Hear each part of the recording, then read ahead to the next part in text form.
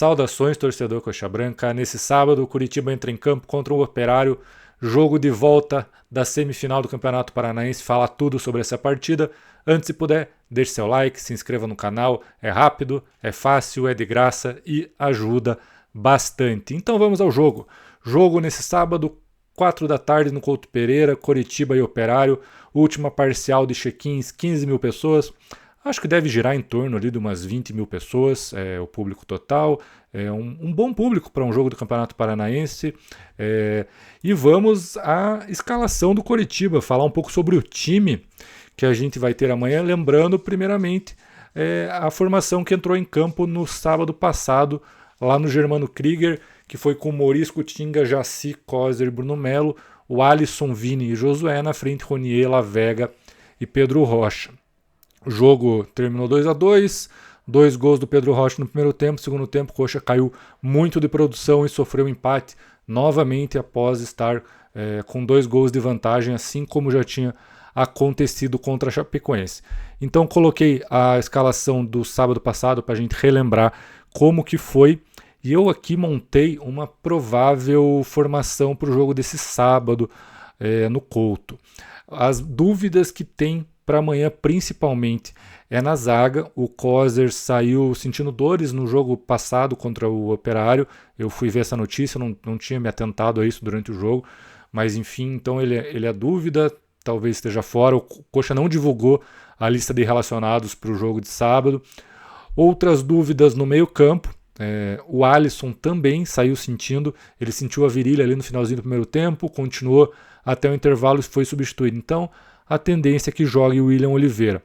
Outra dúvida é no meio-campo ao lado do provável William Oliveira, a vaga entre Vini Paulista e Lavega. O Lavega fez essa função contra a Chapecoense e o Vini foi o titular contra o Operário na primeira partida. Então, acho que os dois brigam por posição ali na frente.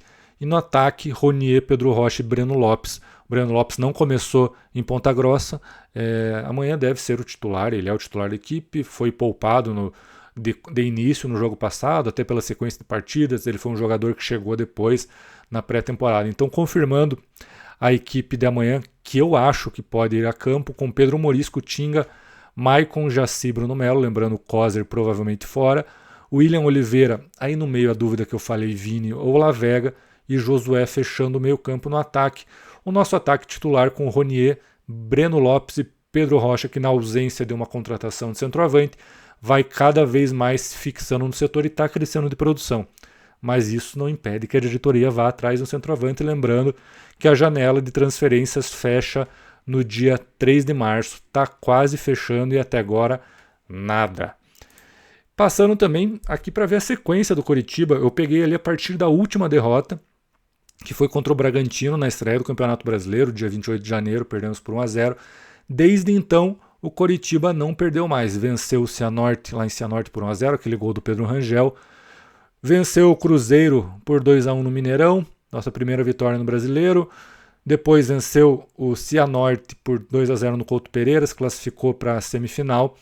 Então ali a gente estava naquela altura com 3 vitórias seguidas e empatamos nas 2 últimas partidas.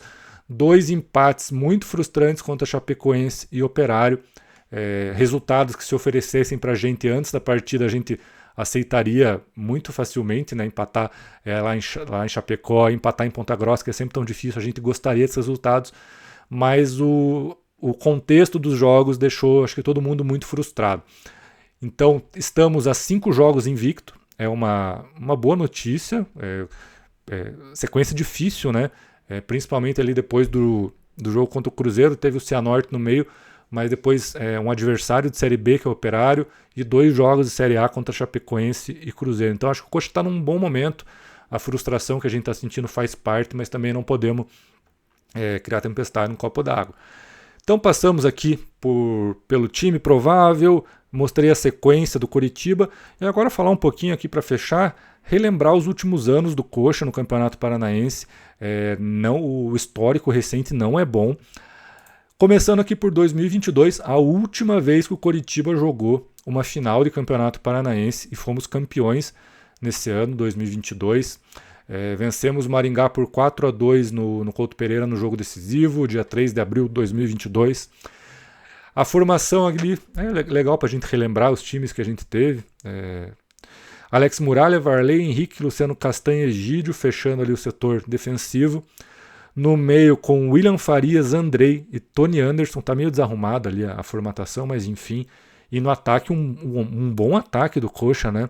Igor Paixão, Aleph Manga e Léo Gamalho. O Igor Paixão voando, Aleph Manga antes de aprontar e o Léo Gamalho, como sempre, fazendo os seus golzinhos. Naquele dia foram inclusive os 3 que marcaram: um gol do Léo Gamalho, 2 do Paixão e 1 do Manga. Curiosidade que Matheus Bianchi marcou um gol no Coxa. Então, a última vez que o Coxa jogou em final, última vez que foi campeão, 2022. Aí 2023, aquele time tenebroso do Coritiba, ainda sobre o terrível comando de Antônio Oliveira, caiu nas quartas de final para o Cascavel, perdeu em Cascavel por 3-1 e no Couto Pereira 0-0. Gabriel Vasconcelos, Natanael, Kusevich, Bruno Viana na zaga e Vitor Luiz fechando a defesa. No meio campo, Jesus Trindade, Bruno Gomes, e quem será que jogou no meio? Talvez o Caio César. No ataque, Manga, Pinho e Robson. Cada jogador aí, hein? Bruno Viana, Rodrigo Pinho. Esse 2023 do Curitiba foi complicado. Então aí começamos a nossa saga de não chegar mais à final do Campeonato Paranaense. Estamos em 2023, passamos a 2024, caímos na semifinal contra o Maringá, 0-0 no Couto Pereira.